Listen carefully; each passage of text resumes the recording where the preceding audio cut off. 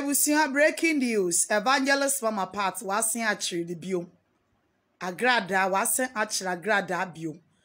Na Agradaa ne chira wachiri ni nyina agina. Apia bebreka ne nsam na.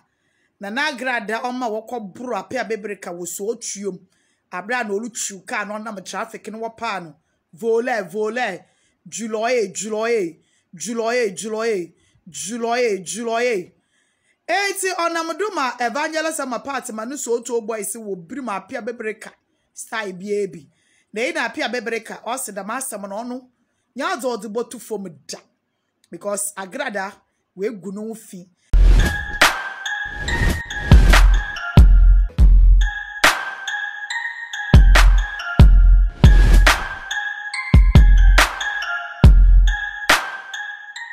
Magana fo nyina akwaba sonkon ni mu odin yie pa ediba attention TV so mu amude hye mu PSC na natele na na misan eba beso me my Ghana bim pam chomo subscribing to the channel for me na mo share videos in across all the social media platforms so emfa emma me sana mo like page na comment in so airtie eto e dia ba fefe sam pam chomo subscribing to the channel ba ni news bia ha na mo betino first into subscribe into the channel for me and yes and sema say ene etwagu ewo o my Ghana ne say yasan so is alleged ese yasan so achiye maame Agradaa mumenko na mumenko tie embra Ebusia breaking news. Evangelist from apart wasen achiri the bio. Agradaa wasen achiri Agradaa bio. Na Agradaa ne chira wachiri ni nyina agina. Apia bebreka ne nsam na. Na Agradaa oma wokọ buru apia bebreka wo so otuom. Abra na olutu ka no nam traffic ne wopa no.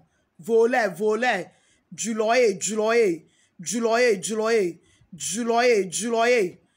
Eti onamduma evangelist am apart manu so to boys wo brim apia bebreka style biebi na ina apia bebreka o se da masam no no nya zo de botu fom da because Agradaa we gu no fi eti apia bebreka da asam no kada court fo kwa ni case wa abra Agradaa akogege ni shime wo ska ema nwala sam wala kan ye no kolo so anya no kolo mi de be pocho mi ni wo the other media no the other media no de ye nyina yele kebi ma apia bebreka kra akoye ni case and Agradaa abanka bagu ni nsebio wasa wa akira Agradaa biom na miribi sede na Agradaa Reverend Obofo e no okeyi no bebe yi ni mai Reverend Obofo no okebeli na Agradaa okwa akeyi Obofo man style bi ma ne wonsa ma yensem bebre ma wapo abuzigifu ni nyinala ana so si Agradaa wachi na atumi Reverend Obofo de no bone ba chan na wekwekwo beli na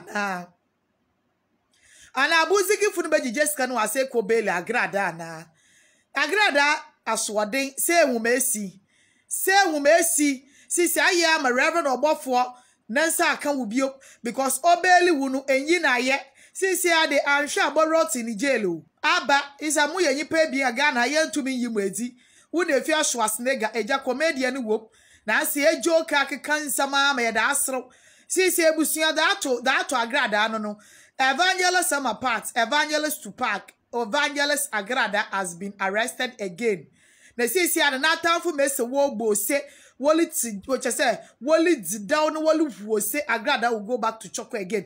Agradaa will go back to Choko again. This time around, sika wodi Agradaa na de obaya kasi because apia bebreka de last nyina abogudo because amesisi na adwuma asai ni nyama nyina ye basa nyama nkɔ ni ye onam no kwatena de to TV don kwatena kra wo show wo social media nkɔfa yi no wo social media na so Ghana television de amanfo hwɛ etapia bebreka wa ama wa bia evangelist am apart de na atum wa ama wa akere na bam tebusia breaking news mede mamoyi na Agradaa has been arrested again. Mesan ema obi bia akwaba biem ediba attention TV so makra mu da sene mesan behye